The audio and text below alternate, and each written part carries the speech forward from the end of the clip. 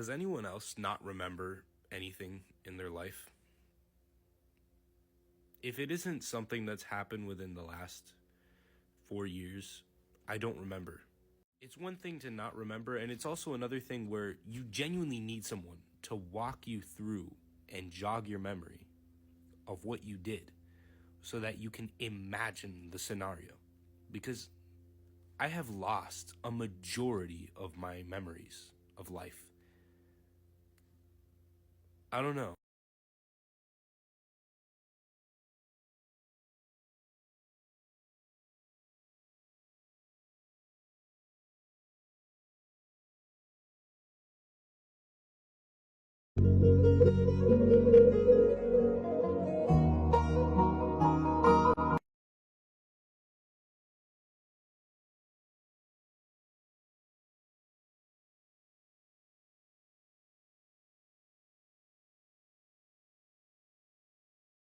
Me gusta la canela, me gustas tú.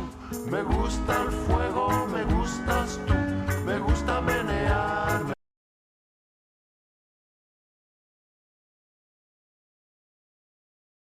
Imagine having to kill your dog or your cat because the government ordered you to.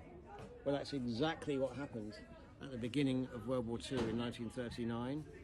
Because of fears of mass starvation, not food around, the government precautionarily, in London alone, in 1 week in 1939, over 400,000 animals were taken to vets and animal charities to be killed. And this pamphlet tells you how to execute your own pets. Air raid precautions, so this is it. So the top is a pig, it just says how to shoot it properly. Then dogs, oh my God, the vulnerable point of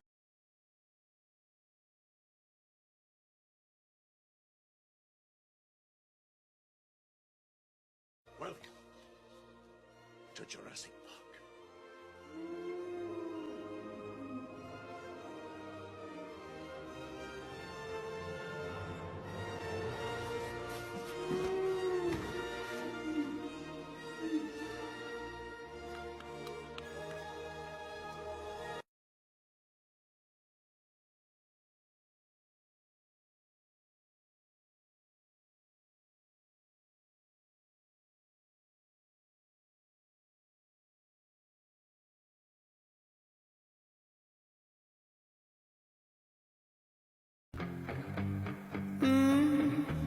Please stay. I want you, I need you, oh God. Don't take these beautiful things that I've got. Please.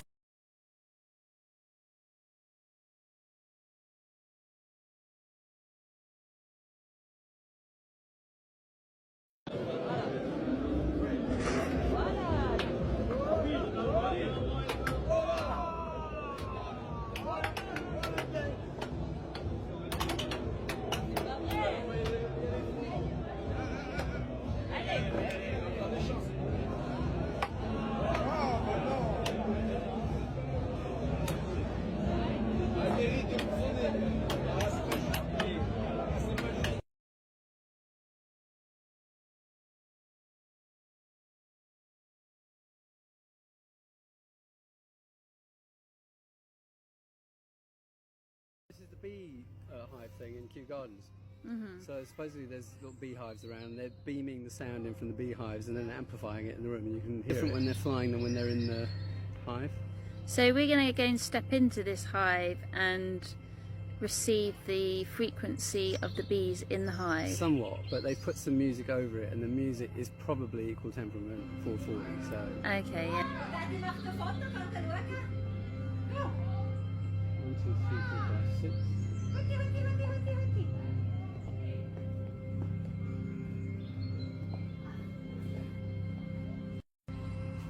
That's amazing, isn't Yeah. it? That is so trippy.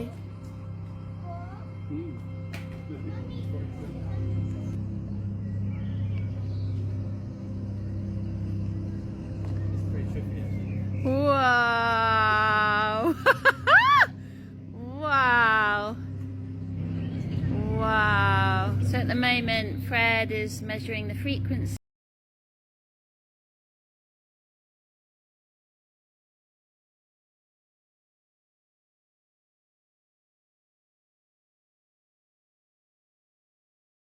Man, fuck what they told you. You know why? 'Cause they didn't fucking tell you about this.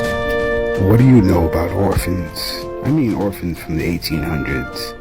We all heard about all these orphans every fucking place, right?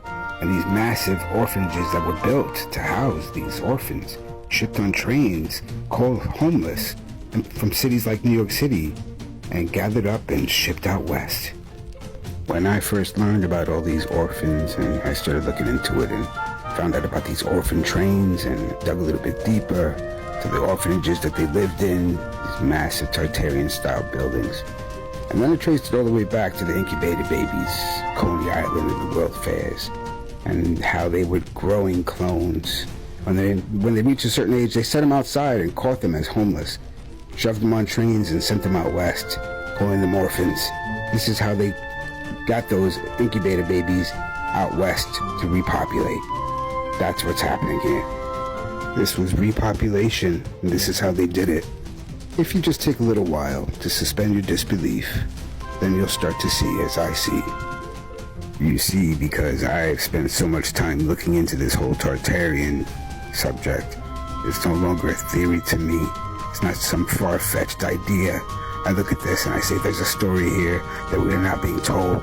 I'm trying to tell you that I am a Tartarianist, and that gives me this whole different insight into what was going on back then. Look at the buildings that they were shoving these orphans into, and where did they put them? They just distributed them for repopulation of all these great cities that they found as they migrated west. And it's all the cities that we founded, we claimed as our own, putting them in these big mansions and calling them orphanages like they were purpose-built. You tell me that back then pioneers were building these big orphanages for an influx of homeless kids from big cities? Look at this, even Norman Rockwell, the famous American painter, got in on the action with some painting of an orphan train. And just look at the orphan trains. There's all these kids, where were their parents? Getting shipped out in their Sunday best to sit there and be taken. I bet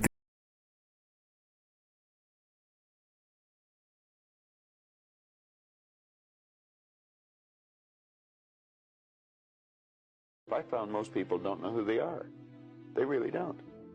What do you mean? I mean, I know my name, I know my age, I know where I live. Yeah, that's not What you, else though. is there? If you ask the average person who they are, they'll give you their name. They'll say, I'm Bob Proctor, but I'm not.